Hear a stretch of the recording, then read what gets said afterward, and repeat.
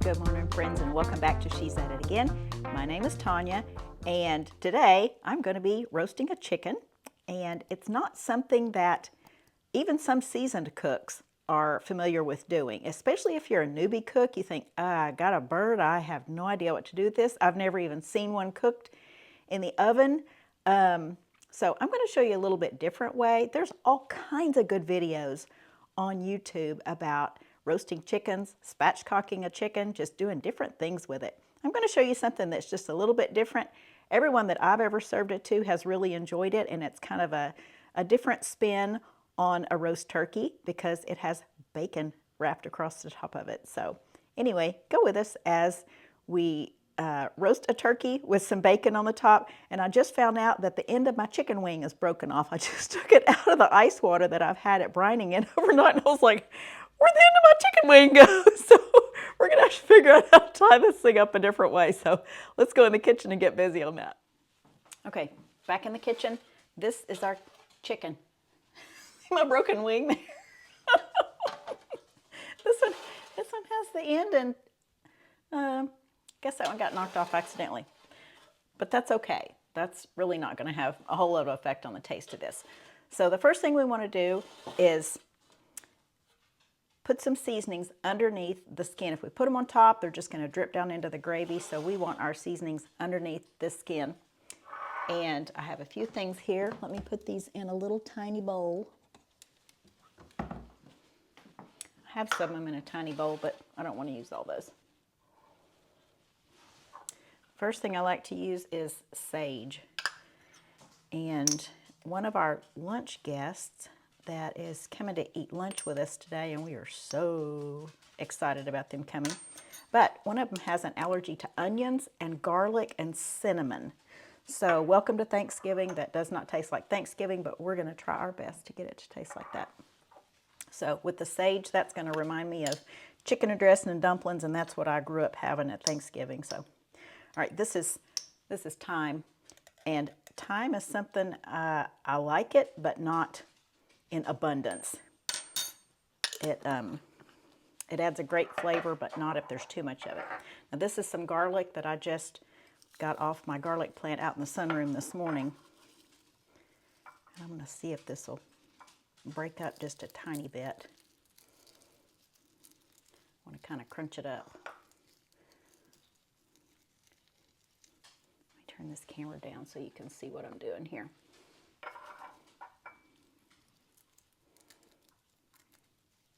I'd rather have it in little small pieces than big pieces, but I'll take what I can get because I love me some rosemary.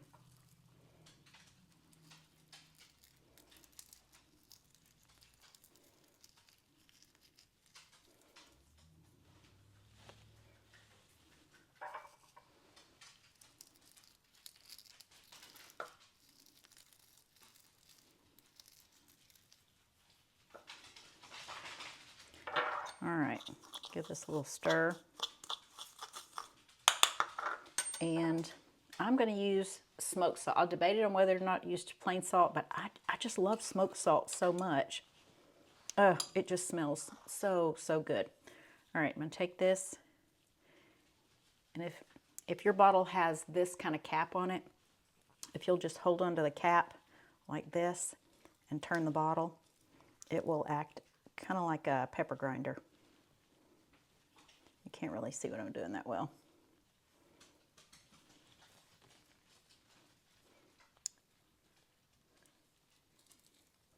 Okay, now you can see it coming out.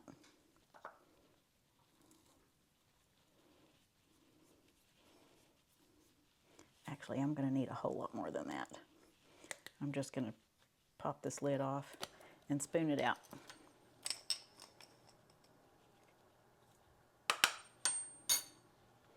Chicken has such really little flavor to it without salt in it, so I don't think we're going to over salt anything.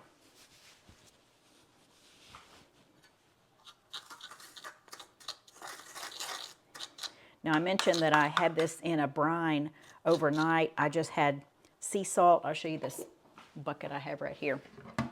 This 6-quart bucket, and then I had the lid on it. And then when I took it out, I took paper towel, dried the chicken off. But I had that in some pretty salty brine water overnight in the refrigerator, and I had put some ice in there with it. And when I got it out this morning, it still had plenty of ice in it, so I know it stayed super cold. But I just thought, you know what? The more I can infuse a salty flavor into this, the better. So I think it got enough. All right, now what I want to do is just take your fingers, take your rings off, because yeah, it'll get all gooky in there. Take your fingers and just kind of push it up into this. It looks like you're sticking your hand inside a latex glove. Let me turn it this way so you can see what I'm doing. If you need to use a wooden spoon for this, I've done that before too, but my hands are kind of small and I can get them down in there. There's a connective area right here in the center that you kind of want to leave that connected because I guess it kind of holds the skin in place. That's my excuse and I'm sticking with it. Don't go all the way to the end down here where it's cut open, because you want your spices to stay in there, but kind of open it up as much as you can down in there.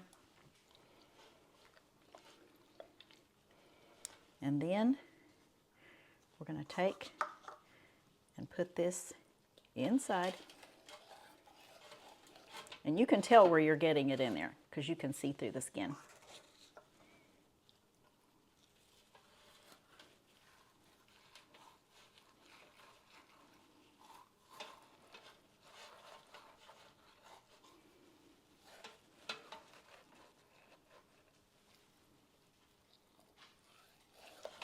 Just put as much of it in there as you can.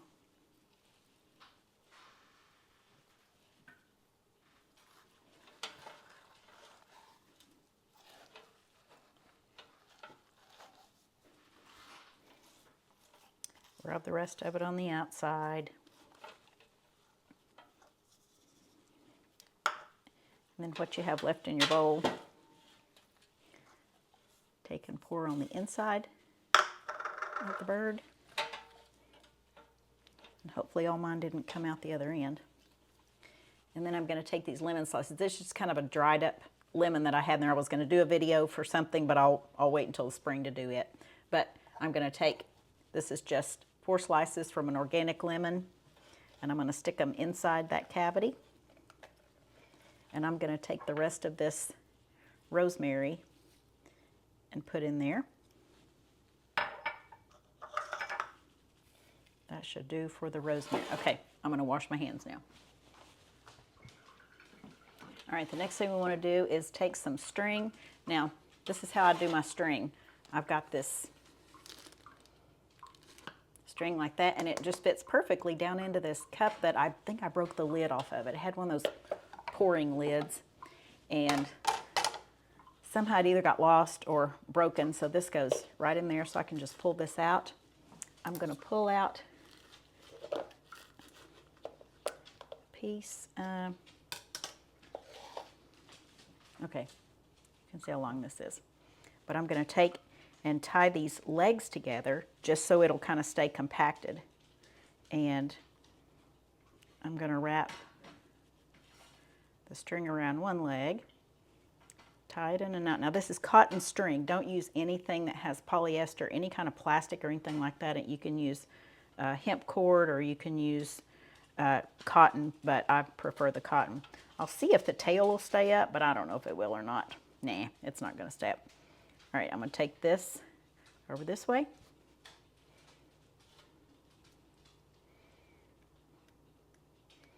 And use that little tiny end. See if I can keep it together like that.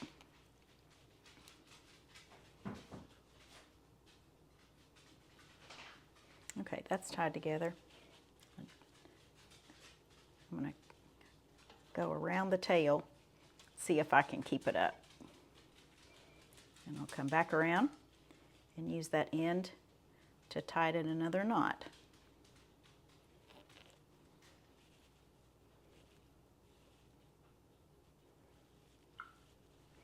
Okay, and this is what that looks like. So I kind of got the tail in there, and I got the legs together, and everything's inside the chicken. All right, let me rinse my hands again. We're going to get the bacon out. Okay, now let me emphasize by saying, if you want to put an onion in here, do it. A sweet Vidalia onion or one of the sweet kinds would be fabulous inside. Just cut it in half or kind of cut the brown ends off and stick it inside there. That would put some fabulous flavor in that. I just can't personally use that today, and we're not going to suffer from it, but I'm certainly not going to allow my guest that has an allergy to miss out on this because she can't have that. Oh, I was going to do one more thing. We want to take this wing here and you tuck it in behind the head like that, and it kind of locks itself in place. I can only do that with one side because I don't have a wing on the other side, but it kind of looks like a chicken's laying on the beach, you know, with its head propped up with its hands. All right, let me see if there's a way to open this at the corner. Wash my hands again. All right, this is probably not a real common brand of bacon, but any bacon that you can find that's uncured, that's the key. You want uncured, which is no nitrates or nitrites added. That's the key. Nitrates and nitrites are carcinogenic. I mean, in a clearer term, it's cancer-causing materials. So we want to steer clear of that as much as possible. Well, I thought I could get that open just by peeling it apart, but it's not working. My hands are just a little bit too wet. So I'm going to slice it open with the scissors.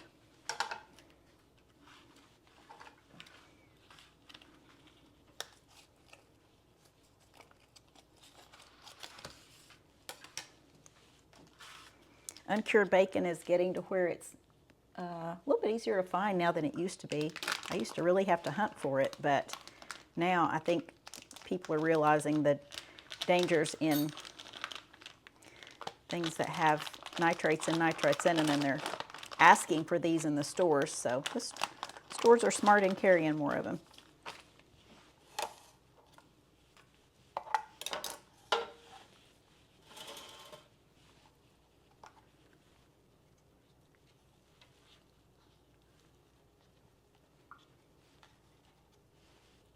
I had thicker bacon in the freezer, but I don't want thick bacon because I want the bacon to crisp up when it's cooking on this.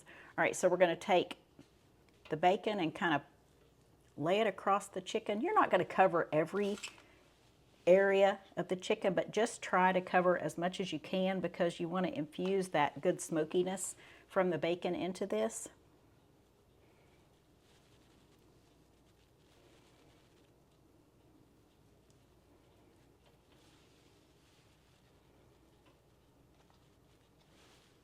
Just remember to turn my oven on. Okay, I'll preheat the oven to 375. You can go 350 to 400, but I'm kicking mine into 375 because my oven automatically reduces the temperature about 50 degrees because it's a convection, and I want it to be a little bit hotter. And this is about a 5 1/4 pound chicken. This is going to cook, they say, to cook it for about 20 to 25 minutes per pound. So I'm going to cook this between 2.5 hours and 3 hours. So right now it is about 9:15 on Thanksgiving morning. And this will be done by noon, and our lunch guests know that lunch is going to be served about 12:30-ish. And the reason I'm doing this video today, other than the fact that I just wanted you to see how it's done and I need it recorded so it can be like a, you know, online cookbook for me when people ask me questions, and I can say, oh, I'll send you the video for that. I love YouTube for that reason. But I also wanted to show it to you now because you might want to do this for Christmas. One of our guests, when she responds to a text that I send her about what time to come and, you know, ask her any questions about her allergies, she keeps sending me emojis of a turkey. And I told my husband last night, I think she thinks we're having turkey, but we're not having turkey. I hope she's not too disappointed.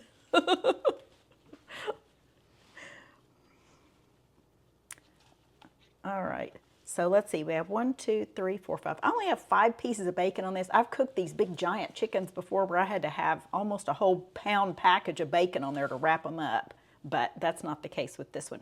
Okay, so this one is ready to go in the oven. I'll show you all the sides of it. There's that one little wing that's only half of a wing. So that's what it looks like. Let me wash my hands again. Okay, so that is our chicken. It's ready to go in the oven, and I'm going to show you what this looks like when it comes out of the oven, hopefully before our guests come, because it's kind of awkward. They're kind of standing there. I'm talking to somebody else. They don't know who I'm talking to, and I'm just talking to a camera. So anyway, this is going to cook, like I said, for about 2.5 to 3 hours, and when it comes out, I will show you the final product. But in the meantime, I've got to get some rolls going. I got to heat up my mashed potatoes, my carrot souffle, cook my lima beans, and we'll get some lunch ready. So I'm excited. See you in a bit. Okay, so our chicken has been in the oven baking for about 2 hours and 15 minutes. So yeah, should be done.